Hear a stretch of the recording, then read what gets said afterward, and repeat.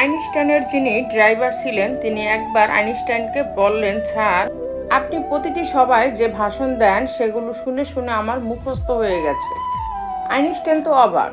উনি বললেন, বেশ, এর পরের মিটিংয়ে যেখানে যাব আমাকে চেনেন না, তুমি ওখানে আমার হয়ে ভাষণ দিয়ে দিও আর আমি ড্রাইভার হয়ে বসে থাকবো।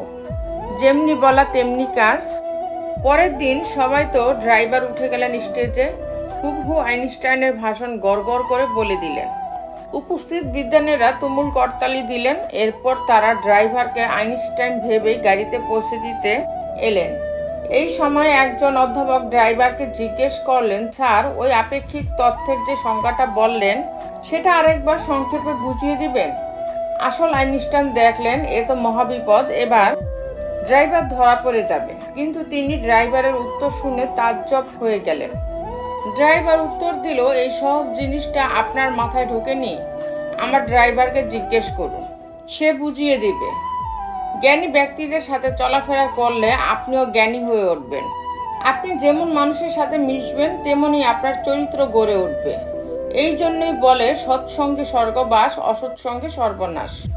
জীবন যুদ্ধে আমাদের লড়াইটা প্রিয়জনদের সাথেই হয়ে থাকে, শত্রুর সাথে নয়। ছোট ছোট নর্মালি ব্যাপারগুলো নিয়েই আপনার বুকের বা পাশে ব্যথা অনুভূত হবে। এগুলো পাত্তা দিয়েন না, দেখবেন ভালো থাকবেন। আপনিও একদিন কারো না কারো একটা প্রচণ্ড প্রিয় মানুষ হবেন। আপনার সাথে কথা না বলতে পারলে তার অস্থিরতা শুরু হয়ে যাবে। অফলাইনে থাকলে তার চিন্তা হবে। আপনার সাথে কথা বললেই তার মন ভালো হয়ে যাবে। হ্যাঁ, এত প্রিয় মানুষ হবেন আপনি। অপেক্ষা করুন, দিন আপনারও আসবে, প্রিয় মানুষ আপনারও হবে। কাউকে ভালোবাসি বোঝানোর সব থেকে বড় অনুভূতি হলো কান্না করা। কারণ যার জন্য কান্না আসে না তার প্রতি কখনো ভালোবাসা থাকে না। জোর করে হাসা যাবে কিন্তু কান্না করা যাবে না। যার বক্তব্য বিনয়ী তাকে ভালোবাসা অপরিহার্য হয়ে ওঠে। কাউকে জীবন থেকে সরিয়ে দেওয়ার প্রথম লক্ষণ কথা না বলা। কাউকে জীবন থেকে সরিয়ে দেওয়ার দ্বিতীয় লক্ষণ ব্যস্ত আছি, পরে কথা বলছি। জীবনে টাকাই সব কিছু, এটা বলার জন্য পকেটে অনেক টাকা থাকা দরকার। যদি তুমি কয়লাওয়ালার সাথে দোস্তি করো তোমার শরীরে ময়লা লাগবেই, আর যদি আতরওয়ালার সাথে দোস্তি করো তোমার শরীর থেকে ঘ্রাণ আসবেই। সম্পদ কমে যাওয়ার যদি দুশ্চিন্তা হয় তবে হায়াত কমে যাওয়ার ফলে তোমার কান্না করা উচিত। তুমি অপেক্ষা করতে পারো কিন্তু সময় অপেক্ষা করে না। ইগো একটি ছোট 3 অক্ষরের শব্দ যা রিলেশন নামক একটি বড় সম্পর্ককে নষ্ট করে দিতে পারে।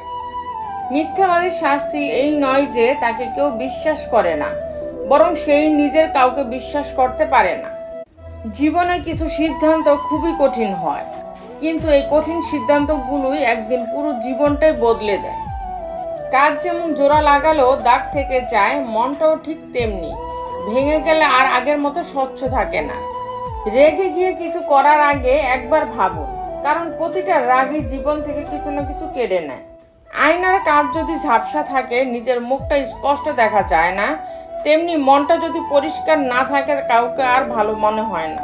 জীবনটা আবার প্রথম থেকে শুরু হলে দারুণ হতো। ভুলগুলো সব শুধরে নিতে পারতাম। সম্পর্ক রক্তের বাঁধনে নয়, অনুভূতির বাঁধনে তৈরি হয়।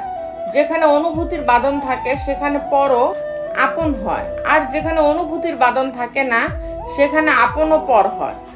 মানসিক সাপোর্টটা হাসপাতালের লাইফ সাপোর্টের মতো ব্যয়বহুল নয়, তবু বিপদে এটা সবচেয়ে দামি। কিছু মানুষ সব সময় প্রিয় থাকে না, হঠাৎ করে একদিন অপ্রিয় হয়ে যায়।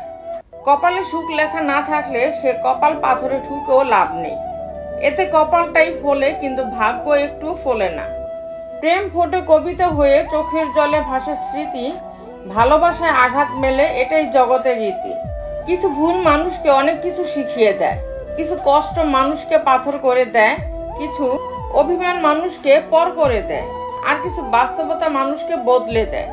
যদি তোমার সম্পর্কে মানুষ তোমার পেছনে কিছু বলে, যেন তুমি কিছু একটা করছো যা ওরা করতে পারছে না।